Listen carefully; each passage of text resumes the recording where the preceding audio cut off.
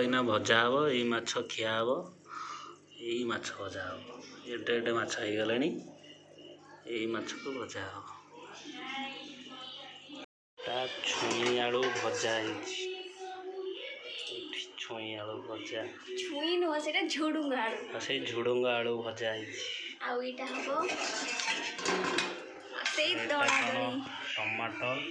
ଏଇଟା ମୁଁ ଟମାଟୋ ଆଳୁ ପୋଡ଼ିଥିଲି ଯେ ନା ଚକଟା ହେବ ସେଟା ରୁଟି ସାଙ୍ଗରେ। ଆଉ ତମ ପଖାଳ ଖାଇବ କି? ଏଇଟା ରୁଟି। ଜୟ ଜଗନ୍ନାଥ ସାଙ୍ଗମାନେ। ଆଜି ଏବେ ରାତି ଅଛି। ରାତିରେ ସମସ୍ତେ ଗାଁରେ ପଖାଳ ଖାଆନ୍ତି। ପଖାଳ ସାଙ୍ଗରେ କ'ଣ ହେଇଥାଏ ଖାଆନ୍ତି। କିନ୍ତୁ ମୁଁ ଆଜି ପଖାଳ ଖାଉନି। ମୋଟା ହେଇଗଲାଣି ପଖାଳ ଖାଇକି।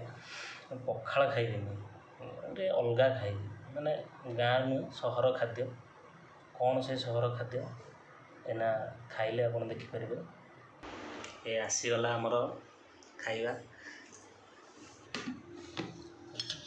ସହରୀ ଖାଦ୍ୟ। ଏରା ଗାଁ ଖାଇବା ନୁହେଁ, ଏରା ସହରୀ ଖାଇବା। ରୁଟି, ଟମାଟୋ ଆଳୁ ଚଟଣି, ଝୁଡ଼ଙ୍ଗ ଆଳୁ ଭଜା, ଟମାଟୋ ଆଳୁ ଚଟଣି, ରୁଟି। ଇଏ ହେଲା ସହରୀ ଖାଦ୍ୟ। ଇଏ ଗାଁ ଖାଇବା। ନା ଏଠି ରୁଟି ରୁଟି ରୁଟି ରୁଟି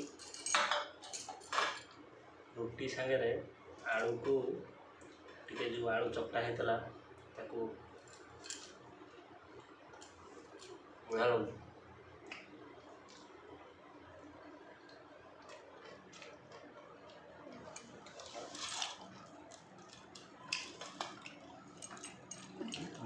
ମୁଁ ଟିକେ କହିଦେଉଛି ଆଉ ଏଇଟା ଦଳାଦଳି ଆଉ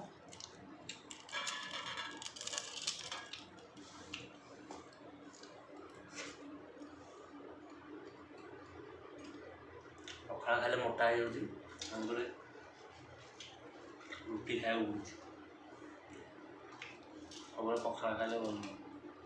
ପଖାଳ ସକାଳେ ଖାଇବା।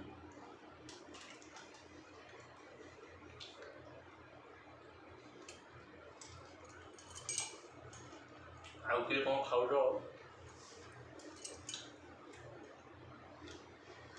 କମେଣ୍ଟ କରିକି ଟିକେ କୁହ। କ'ଣ କିଏ ଖାଉଛ? ରାତିରେ କିଏ କ'ଣ ଖାଉଛ ଗାଁରେ? ସେମାନେ ପଖାଳ ଖାଉଛନ୍ତି। ତମେ ସହରୀ କହିକି ରୁଟି ଭଜା ଖାଉଛ। ବ୍ୟାକଗ୍ରାଉଣ୍ଡ ଯେଉଁ ଲୋକଟି ଆଉଛି ଆଭଏଡ଼ କର। ତମ ତା ଚ୍ୟାନେଲ ଅଛି ଗୋଟେ।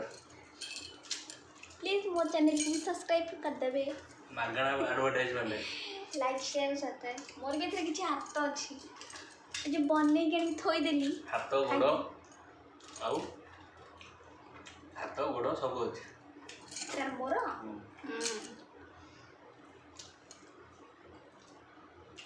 हौ एबे रहली गुड नाइट।